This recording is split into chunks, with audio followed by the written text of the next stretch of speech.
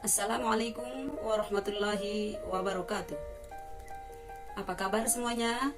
Semoga selalu dalam keadaan sehat walafiat dan selalu berada dalam lindungan Allah Subhanahu wa taala. Di pertemuan kita kali ini, kita akan membahas tentang jinayah pembunuhan. Dalam bab jinayah pembunuhan ini terdapat KD atau kompetensi dasar, yaitu menganalisis ketentuan tentang jinayah dan hikmahnya.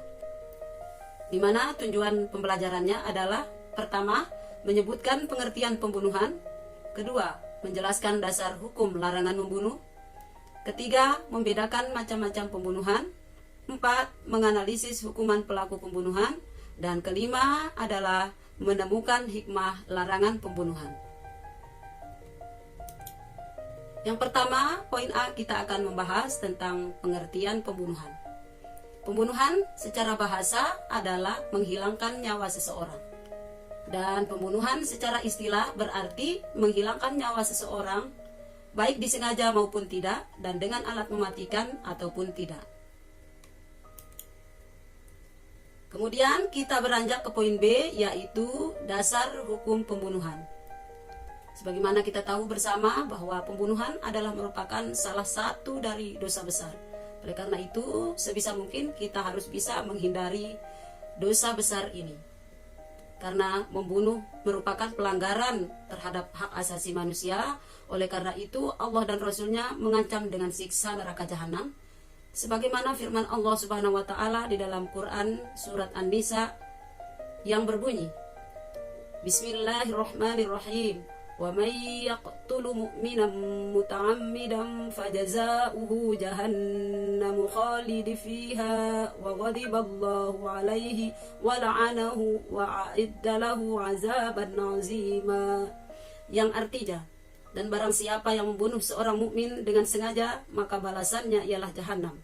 Kekal ia di dalamnya, dan Allah murka kepadanya dan mengutuknya, serta menyediakan azab yang besar baginya. Nah, bagaimana? Tentu kita akan sangat takut untuk mendekati dosa besar pembunuhan ini. Oleh karena itu, kita harus bisa berusaha sebisa mungkin untuk bisa menghindari dosa pembunuhan ini.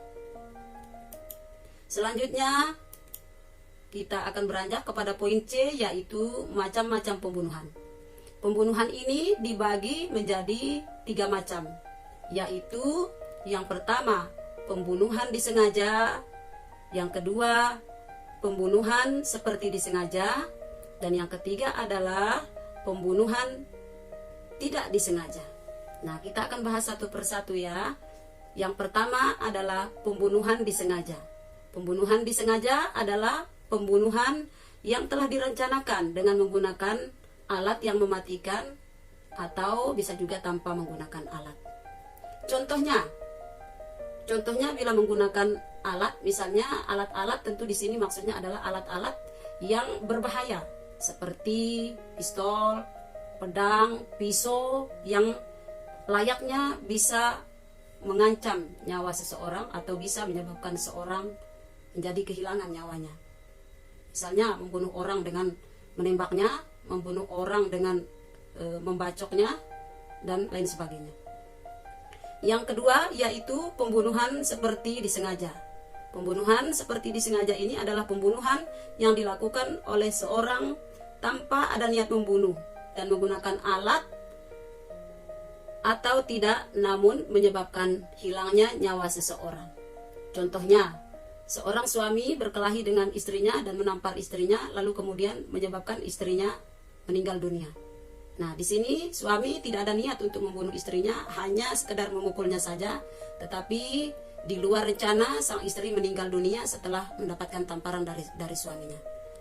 Jadi itu contohnya dalam pembunuhan seperti disengaja. Jenis yang ketiga yaitu pembunuhan tidak disengaja. Dalam hal ini pembunuhan yang sama sekali tidak disengaja karena ada faktor kelalaian atau karena ada faktor kesalahan. Nah, kita ambil contoh di sini, misalnya seseorang ingin melempar mangga, tetapi batunya malah mengenai orang lain hingga menyebabkan orang tersebut meninggal dunia. Nah, di sini kita pahami bahwa betul-betul tidak ada niat dari si pelaku pelemparan untuk membunuh si korban. Sudah paham ya? Baik, sekarang kita akan lanjutkan ke poin berikutnya, yaitu hukuman pelaku pembunuhan. Nah, sebagaimana kita sudah bahas tadi bahwa macam-macam pembunuhan ada 3. Nah, tentu karena macam-macamnya ada 3, maka berbeda pula jenis hukuman yang diterima oleh si pelaku. Yang pertama adalah hukuman bagi pelaku pembunuhan yang disengaja, yaitu pertama dikenakan kisos, kedua dikenakan diat atau denda. Namun jika keluarga korban memaafkan pelaku, maka diat yang diberikan yaitu diat mughallazo atau diat berat dengan memberikan 100 ekor unta kepada keluarga korban. Yang kedua atau hukuman yang kedua bagi pelaku pembunuhan yang disengaja adalah kafarat atau tebusan, yaitu dengan memerdekakan hamba sahaya atau berpuasa 2 bulan berturut-turut dan dilaksanakan sebelum pelaku dijatuhi hukuman kisos. Nah, jenis yang kedua yaitu pembunuhan seperti disengaja. Apa saja hukumannya? Yang pertama yaitu diat mughallazo dengan cara dicicil membayarnya selama 3 tahun, di mana setiap tahunnya dibayar sepertiganya saja. Dan jenis yang ketiga yaitu pembunuhan tidak disengaja.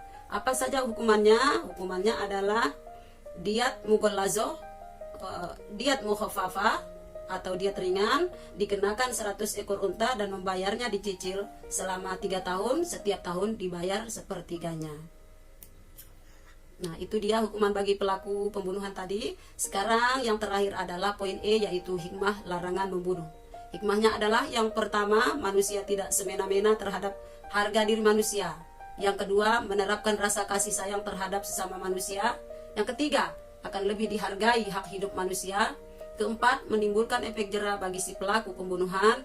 Yang kelima, menimbulkan ketentraman dan kedamaian dalam kehidupan. Dan yang keenam adalah menjaga diri dan menyelamatkan jiwa manusia.